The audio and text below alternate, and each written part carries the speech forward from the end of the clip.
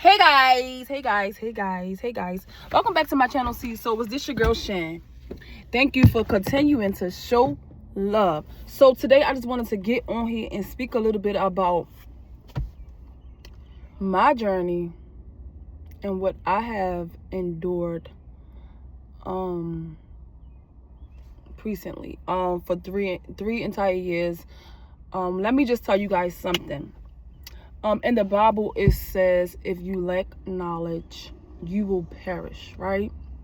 So I just want to clearly admit that I had stepped away from God, not being obedient, not following his commandments, not following the will that he had for my life. And by me not reading my Bible, standing in my word, continuing to go to church, I fell short. And in the Bible, it also says that we all fall short of God's glory. However, once you notice that you have fallen, it's time to get up. It's time to get up. So back in 2022, I have met this guy, and although he was a good person, he was not the calling that God has for me, that had for me. He was not the will that God had for me. However, by me not reading my Bible, by me not standing in my word, I lacked that knowledge because I had to realize throughout the whole entire 3-year journey of being friends with this guy, I had to finally realize that God is a jealous God. And although we meet people and it feel like they are good people, however, the devil, that's how he shows up. He shows up in good people. He shows up with a mask. He shows up in friends. He shows up that way. And at the beginning, this person can come off as a genuine person or a person that you feel like was sent from God. I mean, they're doing all the things. They are buying you flowers. They are taking you out. They are being a good person. They have a good heart. And I'm not judging the guy. However, he was a good person. However, I was not supposed to be with him because this was not sent from God. So I say all that to say, you have to stay in the word. You have to grow your relationship with God so that you will know the devil tactics, the enemy strategies. You will know exactly how it looks, where it comes from, when it is coming, and how it's going to come, right? So I lacked it in that area because I removed myself from God's house. I wasn't obedient. I stopped going to church. I stopped reading my word. I stopped being in my sacred place with the Lord. I stopped looking towards Jesus. I stopped these things, and that's when the devil crept in. That's when the enemy crept in. That's when I opened the door to the enemy. So I would like to tell my story because I know that it could help somebody. I don't know why I feel led to tell this story but however, if this is what God needs me to do, then I'm going to be obedient. I'm going to be a servant of God and tell my story. So I met this guy, and this is when I was drinking. I was drinking alcohol and drinking wine coolers and things like that, right? And there are things in the beginning that we overlook because the guy was he had a bar. He worked at a bar, and that was the first red flag. That actually at the beginning when I met him, he didn't have a bar. He didn't work at the bar. However, over time, this was something that he dreamed of having. And over maybe in a month during the 2 months during the time that we started talking, he was at the bar, and that should have been my red flag. That should have been the first red flag, but I overlooked it. I overlooked it because he was genuine. He was kind.